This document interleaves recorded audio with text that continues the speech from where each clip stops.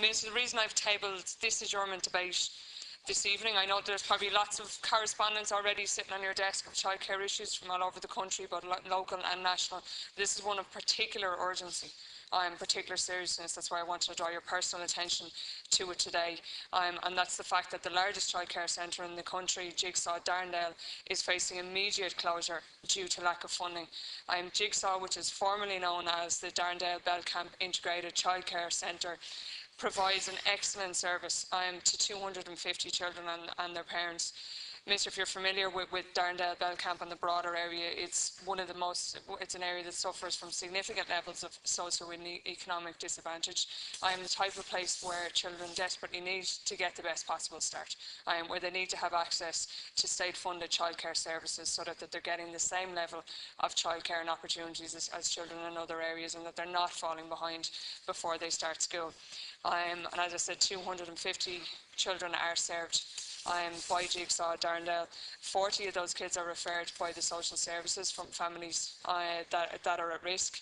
Some come from backgrounds, and one of the members of staff wrote a letter where she spoke quite emotionally about the type of backgrounds that the children are coming from, and that the centre, for many of them, is their only safe space. It's somewhere where they have staff that look out for them, that can check that everything is okay with them, that give them 3 hot meals a day.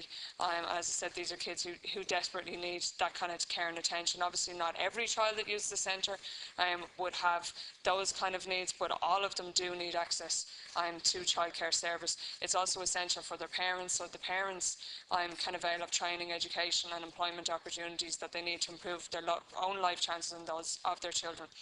So I can't speak highly enough of the service, being familiar with it locally, but also, Minister, we should bear in mind is that government departments have endorsed this service. They have been awarded the Shelter Framework in 2013, far ahead of many private services that charge high fees and haven't reached that quality mark. So this is a service that everybody recognises has been doing a good job and is of the highest quality and should be retained, and yet, as we speak, they're facing the risk of having to close this week. They have been flagging issues with the department over the last 3 years. They've had their funding cut, succession of funding cuts over the last 5 years. I know they flagged the department 2 months ago that they had a serious immediate issue and were given some very short-term funding while discussions could take place. But so far, nothing has come out of those discussions, and they still face a situation where they have a €200,000 gap in funding. It costs $2 million to run the service, and they only have $180,000. They've already cut staff wages to get over the cuts of the last few years. They've done massive fundraising. They charge the parents fees depending on how much the family income is, from €25 I think up to about 200 depending on what the parents have. So they have gone out of their way, Minister, to raise this money themselves and not to have to go back to the department, but they have no choice. There's nothing else that they can cut. I sat down with the manager of the service yesterday and said they've looked at everything at this stage, from the pens to the toilet rolls to everything in the service. There's nothing else that they can cut, and at this stage they're looking at a situation where they're going to have to let their staff go immediately, because they know that they're not going to have money unless they get a guarantee from the government. They won't have the money to pay wages in a few weeks' time. So that's the situation that they're in. So the reason I've tabled this debate is to bring it to your attention and ask you to prioritise it among the different issues that I'm sure have been put in front of you in your first few days in the post, and to intervene and make sure that a solution is brought about. It may well be that it takes a few weeks to figure out what the best course is in terms of finding a sustainable arrangement going forward. But while that is being worked out, I have to stress to you that there's a need for an immediate cash injection to get them over the cash flow problems, so we don't see a service going to the wall while arrangements are being made. So I hope, Minister, that you will prioritise this, and I look forward to hearing your response. Thank you. Thank you, Senator Power. Minister Flanagan. Thanks, Cathaoirleach, and thank you for your kind words and those of Senator Power. I welcome the opportunity to respond to the issue as raised by Senator Power. Firstly, I wish to acknowledge the importance of the services delivered by the Darndale Belcamp Integrated Childcare Service, limited to some 260 children across the areas of Darndale, Belcamp and Moatview. The centre was established in January 2001, has evolved into the largest creche nationally. In 2013, the Darndale Bell Camp Integrated Childcare Service incurred expenditure of €2.022 million and received funding amounting to €1.96 million. This resulted in a deficit of €62,000. I'm aware the Centre has been experiencing cash flow difficulties recently and that this has given rise to concerns regarding its future operation. In order to assist the Centre, the Child and Family Agency recently prepaid funding due in May and June, and I want to acknowledge the support of the agency in this regard. I would expect that the agency will be open to providing some further prepayments to the Centre if this is of assistance in seeking to resolve underlying issues. The Child and Family Agency is one of a number of state agencies which provides funding to support the provision of services at this Centre. The level of support provided is very significant and is being provided at a time when all service providers are faced with particular challenges arising from the need to restore order to our public finances. The Child and Family Agency provided funding of almost €360,000 last year alone. My department is responsible for funding 3 childcare schemes, including the Community Childcare Subvention Programme, the Childcare Education and Training Support Programme, both of which are administered by Pobble, and the Early Childhood Care and Education Programme, which is administered directly by my department. Funding to the Centre under these schemes amounted to over €550,000 in 2013. This represents a total funding in excess of €900,000 from my department's vote. Funding is paid to the service in respect of actual attendance of children under the various programmes of funding and is paid according to the national capitation rates paid to all preschool services. The department does not provide a grant to the service directly for salaries or administration in any way. I have asked my officials to meet urgently, and I acknowledge the use of the word urgently by Senator Power. I've asked them to meet urgently with the Child and Family Agency and with Pobble, which administers a number of childcare schemes on behalf of my department, in order to explore all possible solutions to the current difficulties.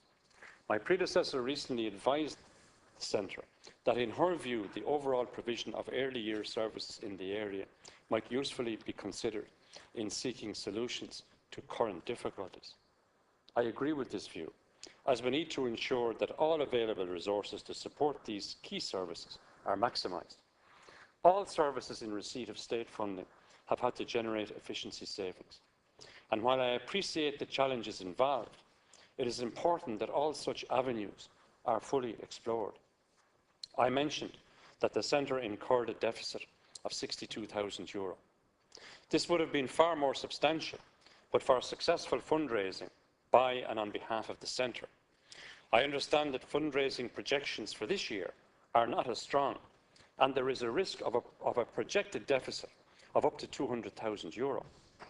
I acknowledge the need to avoid such a deficit, but the Centre's own income projections show that income at €1.8 million continues to be available.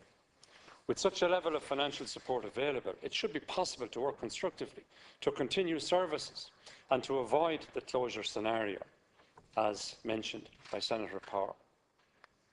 The funders will be available to support this process. I am acutely aware, Cathaoirleach, that access to affordable quality childcare can be a significant barrier to many low-income and disadvantaged families to avail of work opportunities, and I acknowledge what Senator Power said about the high level of disadvantage in the immediate area.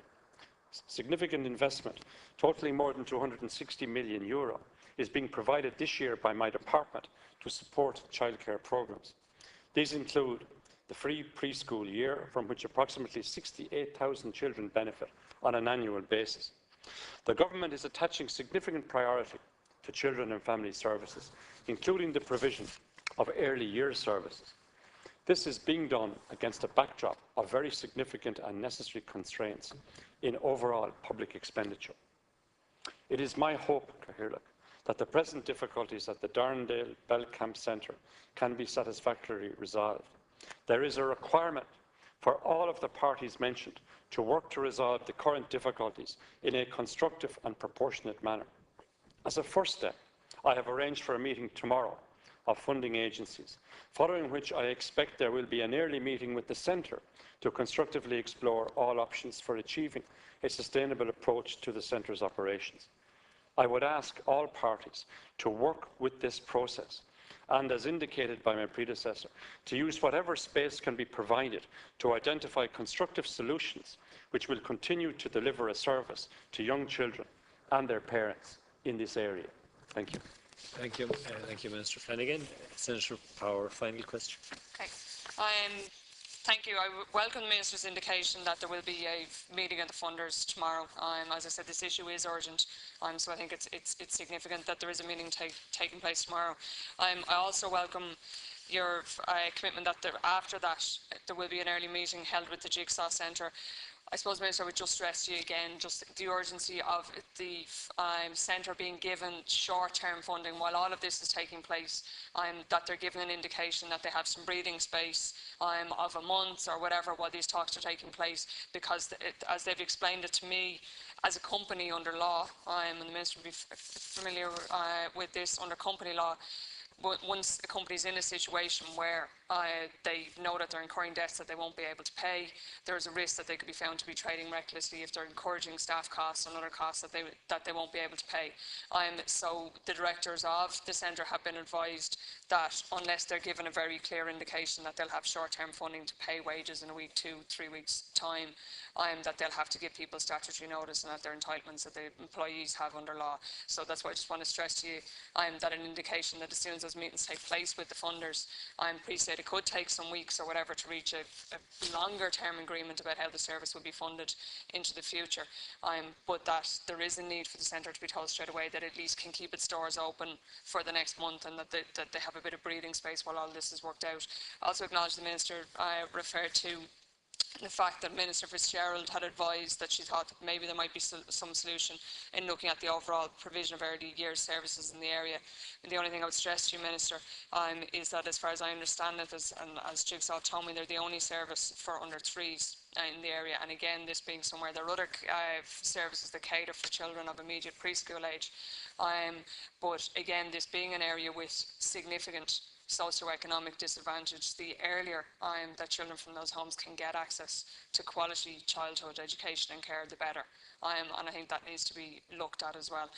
But I appreciate you attending. I know it's been one of your first duties in the post, and I appreciate you calling the groups together so that we can get all the different agencies around the table and work out a solution. I think it really would be a disgrace if a service like this was allowed to close. I can assure you that the centre are prepared to do everything that they can to work with the funders and provide a solution. Thank you. Thank you, Senator Power. Any final words, Minister? Thank you, Cahir. Look, just to reiterate that I accept the urgency of the issue, and I would like again to thank Senator Power for bringing the matter to my attention in the Seanad this evening.